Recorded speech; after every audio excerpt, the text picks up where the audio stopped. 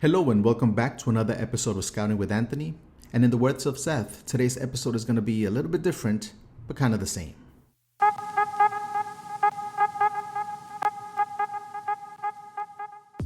There is one day in the life of a mountain biker that stands above any other day, and that includes going to a bike park for the first time, going to Whistler, or even hitting a big feature that you've been eyeing for the last month and a half. Yes, that day is New Bike Day. That's right, New Bike Day. And today, guess what day it is? It's New Bike Day. Now, before we get to the details of the new bike, let's go back a little bit and talk about the first and only bike that I've written so far, which is the Nukeproof Scout 27.5. Yes, it is a hardtail. Back in 2021, at the start of the pandemic, I was looking to get into mountain biking. I was looking for a good and affordable first bike to be able to hit my trails and build my skills. And I've heard that getting a hardtail for the first bike was the way to go. So that's what I did. Now, the Nukeproof Scout was a great entry point into the sport. I was able to learn some of the basics of mountain biking and allow me to progress as a rider. Now, why I chose the Nukeproof Scout? Well, the Scout offered a good balance of price and performance and was highly regarded for its durability and handling. My experience with the Scout was really great. I loved the fact that it was a simple design and the hardtails are simpler to maintain, and you don't have to worry about bearings and suspension and everything else that comes with a full suspension. I also liked the fact that you were able to feel the terrain. The direct connection between the rider and the trail was really great. It provided a more intuitive and engaging ride experience, at least for what I was used to. Remember that this was my first bike. Now, the Scout is a capable hardtail.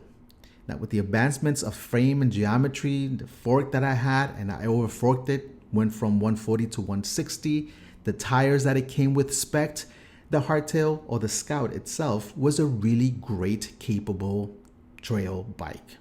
Loved it. I was able to take it to bike parks. I was able to do anything and everything that everyone else was doing with a full suspension. I was able to do it with this hardtail. I did my research when I was buying my first bike and I landed on the Scout.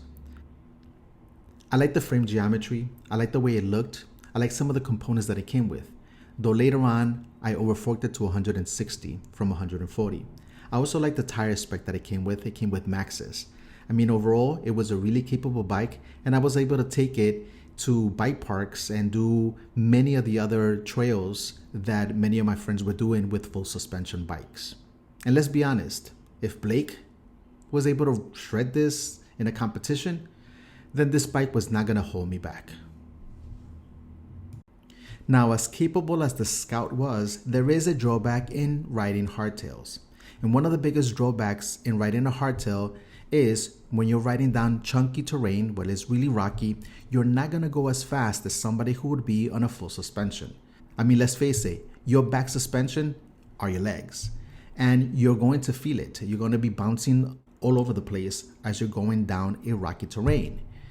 Which brings me to the second drawback of a hardtail, is that when you are done riding and you're riding hard and you're riding terrain that it is crazy steep and crazy rocky and hitting some of the features and some of the jumps, at the end of your ride, your bones are going to feel it.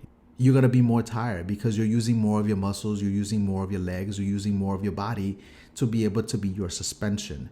So your joints are going to hurt, your elbows are going to hurt, your knees are going to hurt a little bit more, and you're going to be a little bit more exhausted. Now, if you're watching this and you ride a hardtail, you might disagree with me, and that's fine.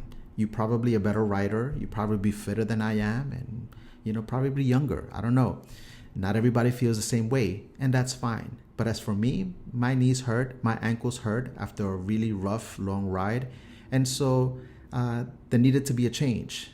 And thus, we are here today. New Bike Day.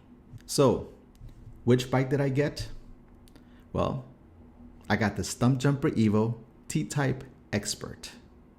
Now, this is not a bike review, so I won't be going into the details. I haven't had enough time with the bike to be able to give you a comprehensive rundown on how it performs. However, I do want to point out some of the features that come with the bike, which I really appreciate. The first one is that it is set up as a mullet. I was thinking about going a full 29er, but being 5'6", 5'7" in height, the extra space in the back is always handy when you're going down steep slabs. Now, the second feature that I'm really enjoying is the electronic shifting. Yes, it does come with electronic shifting. I like the fact that it is very quiet when it shifts and also that it feels very precise.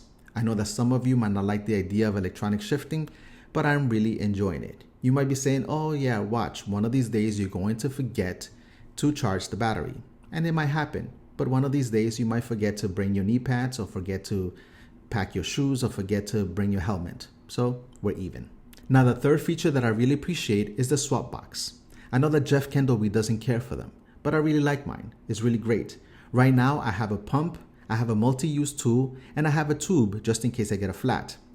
On shorter rides, it allows me to go ride without having to carry a book bag or without having to have a hip pack with me just in case I get any mechanicals or a flat tire. If you guys have any questions about the bike, please leave them in the comments. Let me know if you really want a full review about the bike. Also, I just gotta say that in the few rides that I've had with this bike, I've noticed a big difference. I've been able to go a lot faster in some of the chunky terrain that I ride, and I've also been able to hit some of the bigger jumps and drops that I wasn't able to do in the hardtail.